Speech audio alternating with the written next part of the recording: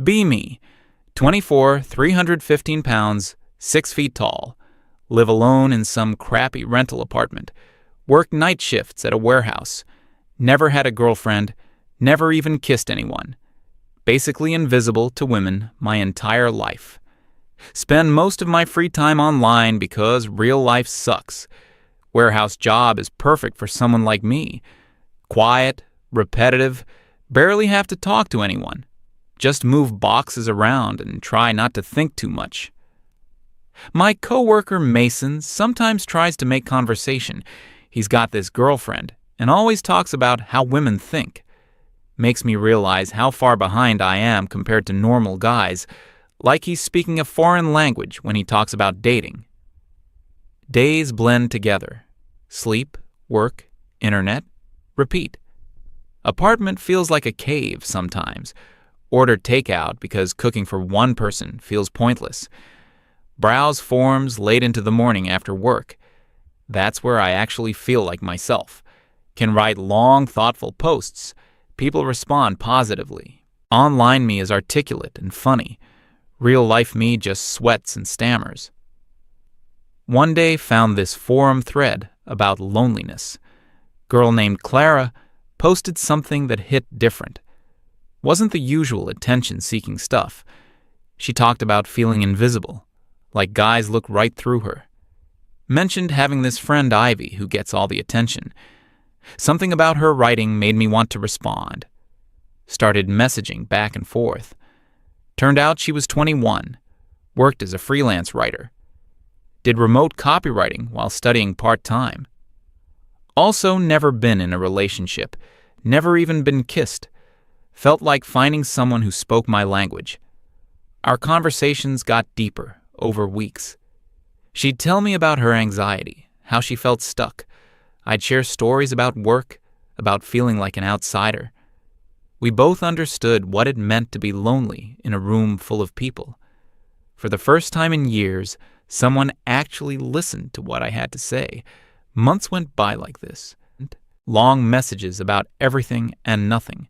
Our fears, weird dreams, random thoughts at 3 a.m. She'd complain about Ivy bringing guys around, making her feel worse about herself. I'd tell her about Mason and his girlfriend stories that reminded me what I was missing. We became each other's escape from feeling so damn alone. Around the 6-month mark, she mentioned something that made my heart race. Turned out we lived in the same city. Had been talking to someone who was maybe 20 minutes away this whole time. The possibility of meeting in person suddenly became real.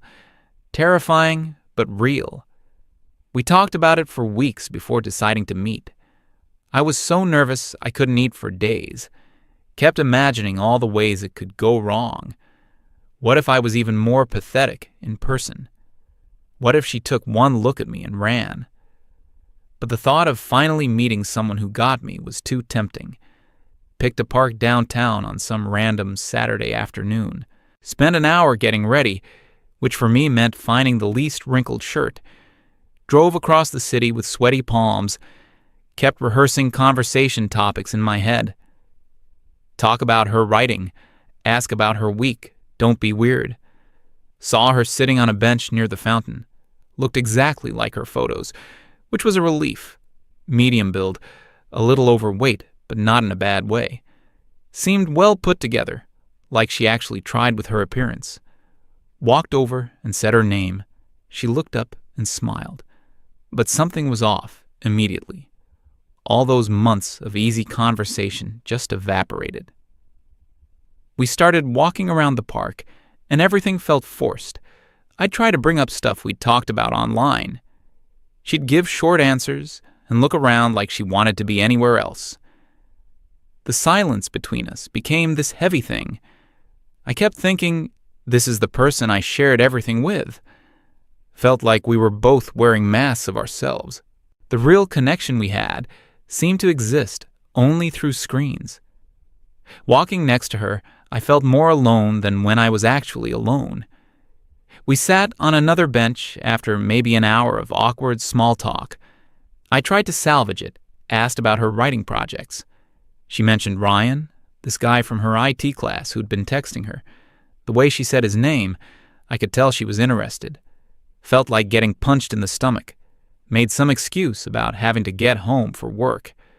We hugged goodbye, one of those stiff, formal hugs. Promised to message each other soon, both of us knowing we probably wouldn't. Drove home feeling like I'd lost something I never really had. She messaged me a few times over the next week. Casual stuff at first, then more concerned. Hey, how was work? Then, did I do something wrong? Finally, I miss talking to you. What happened? Each message made me feel worse about myself. Couldn't bring myself to respond. What was I supposed to say? Sorry, you're not the person I thought you were? Meeting you made me realize how delusional I am. Easier to just disappear. Let it fade away. Coward's way out, but the only way I knew. She stopped messaging after about 10 days. Felt relieved and devastated at the same time. Went back to my routine, work, sleep, internet, repeat. But now there was this new emptiness where our conversations used to be. Kept starting messages to her and deleting them. Mason noticed I seemed more depressed than usual. Tried to give me advice about women. Said something about how online relationships aren't real anyway. Wanted to punch him, but he wasn't wrong. Just made me realize how little I understood about connecting with people. Months turned into years. Kept working the same job, living the same life. But something started changing slowly. Maybe it was the guilt about Clara. Maybe just getting tired of being miserable. Started going to the warehouse gym during my breaks. Losing weight was harder than I expected. But having a goal felt better than having nothing. Dropped 20 pounds, then 30, then 50. Started noticing I could climb stairs without getting winded. Mason actually complimented me one day, said I looked different. Around the time I hit 70 pounds lost, everything shifted. New people started working at the warehouse. They'd invite me out for drinks after work sometimes. First time in years, I felt like part of a group. Turns out when you're not completely disgusted with yourself, other people notice. Learned how to have conversations that didn't make me want to hide. Practiced talking to cashiers, servers, random people. Still awkward, but not the stammering mess I used to be. Even had a few brief things with women. Nothing serious, just short connections that ended naturally. But underneath all the progress, something still felt hollow. Like I was playing a role instead of being myself. The person who could write those long, thoughtful messages to Clara. Where did he go when I tried to be normal? Success felt as isolating as failure had, just in a different way. Then, one random Tuesday, got an email notification. Message from Clara after almost 3 years of silence. Hands actually shook when I opened it. She said her life had changed too, wanted to catch up. Mentioned she had a boyfriend now, guy named Ryan. Read her message probably 20 times. She described Ryan as stable, reliable, good on paper. They'd been together for over a year, but between the lines, could sense the same loneliness I remembered. She mentioned feeling distant from him, like something was missing. The kicker was near the end. She was still a virgin, said Ryan seemed uncomfortable with physical intimacy. Kept her at arm's length emotionally, too. Here she was, finally in a relationship, but still felt like the same isolated person. Made me think about my own changes, how I looked different, but felt the same inside. Took me a week to respond. Told her about the weight loss, new social life, brief relationships, but admitted that none of it filled the void I thought it would. We were both supposedly living normal lives now, yet here we were, reaching out to each other again. She suggested meeting up. Different person now, she said. Maybe it would be different.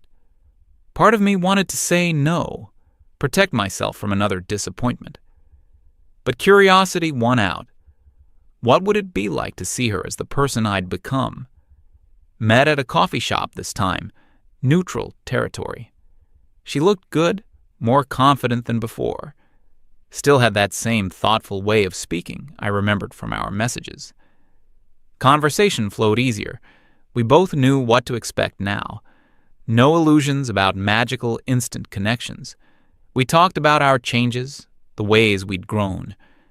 She mentioned her writing career taking off, getting better clients.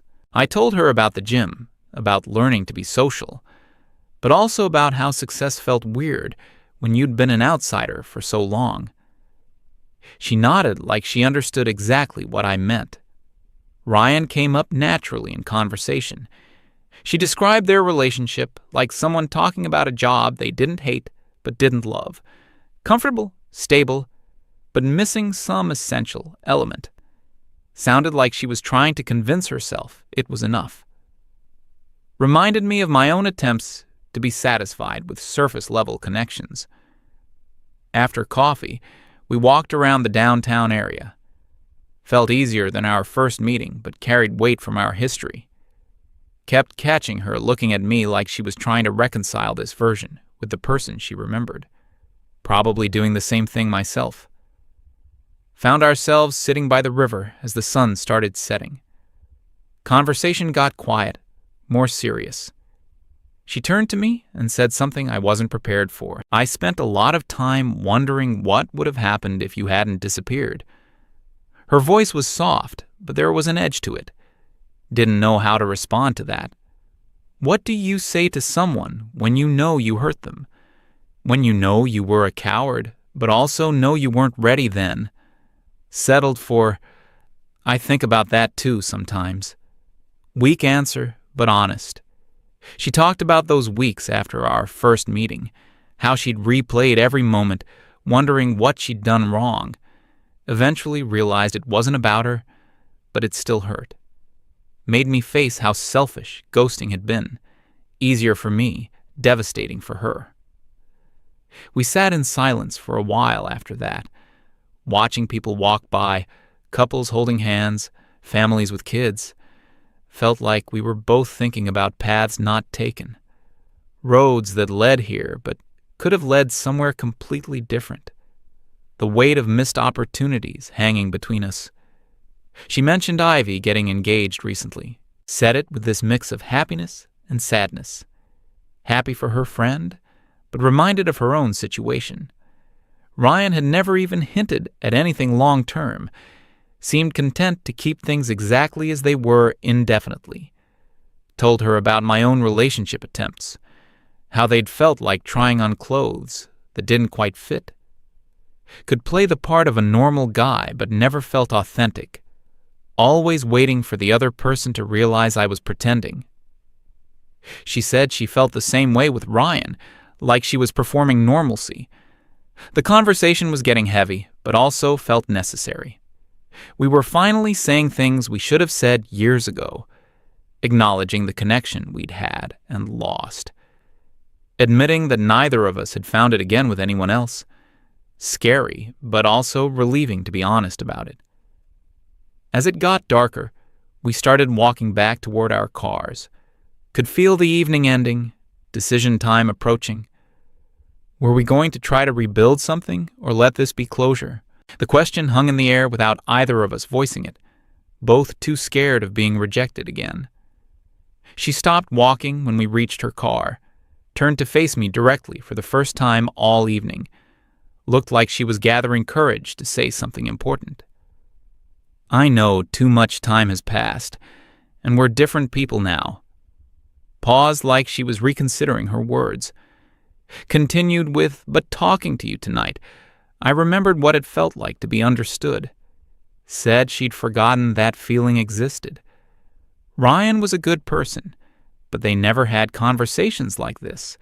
Never felt like he really saw her, just the version of her that fit his expectations. Wanted to tell her I felt the same way, that our conversations had been the most real connection I'd ever experienced, that all my progress and changes hadn't filled the specific void she used to fill, but was terrified of being vulnerable again.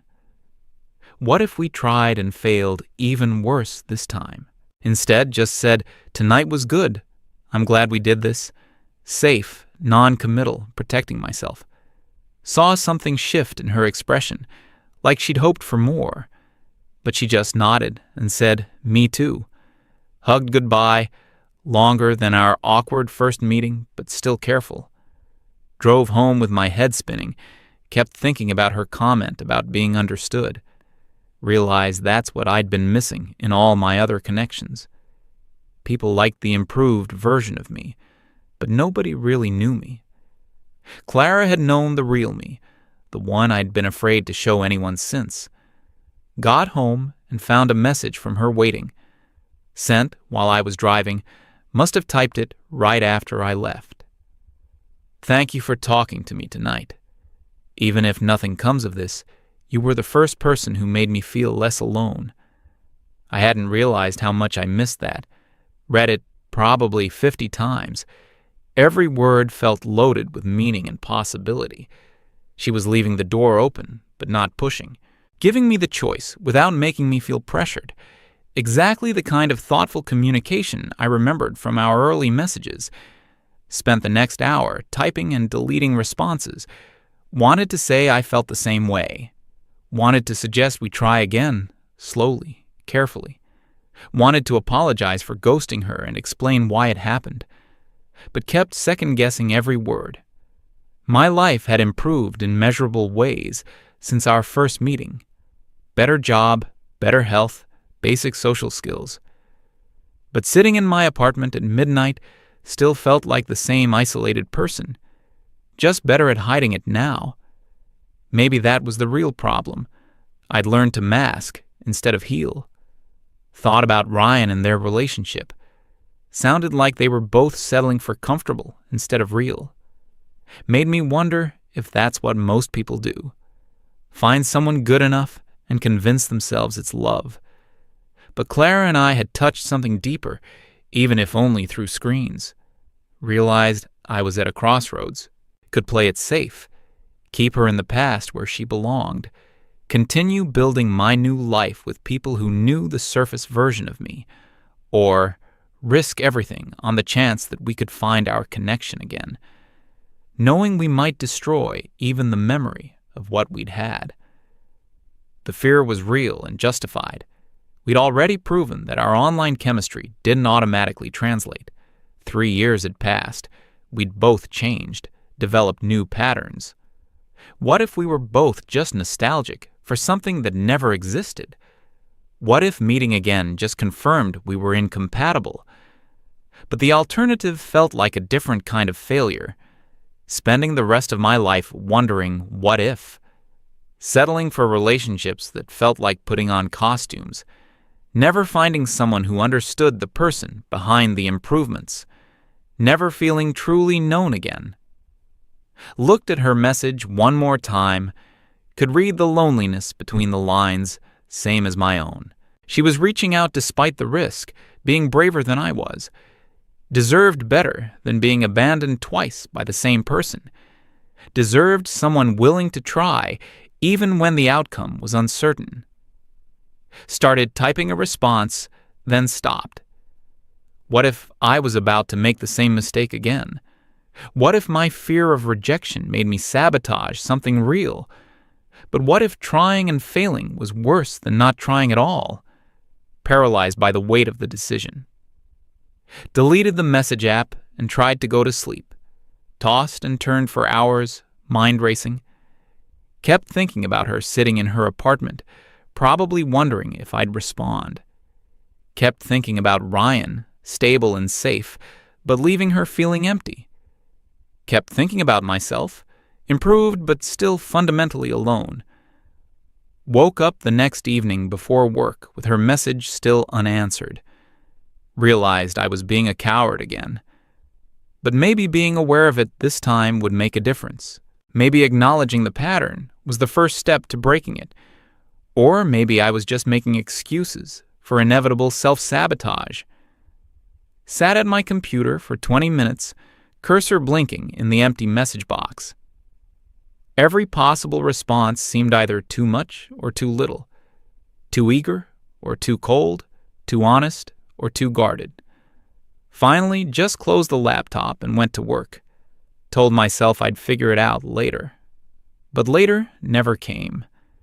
Days turned into weeks of not responding, each day making it harder to break the silence, each day confirming I was still the same person who'd ghosted her before, just with better abs and social skills. Mason asked why I seemed distracted at work. Couldn't explain that I was reliving the same mistake from 3 years ago. Couldn't admit I was too scared to take a chance on real connection. Just said I was tired, focused on moving boxes. Let the routine numb the anxiety.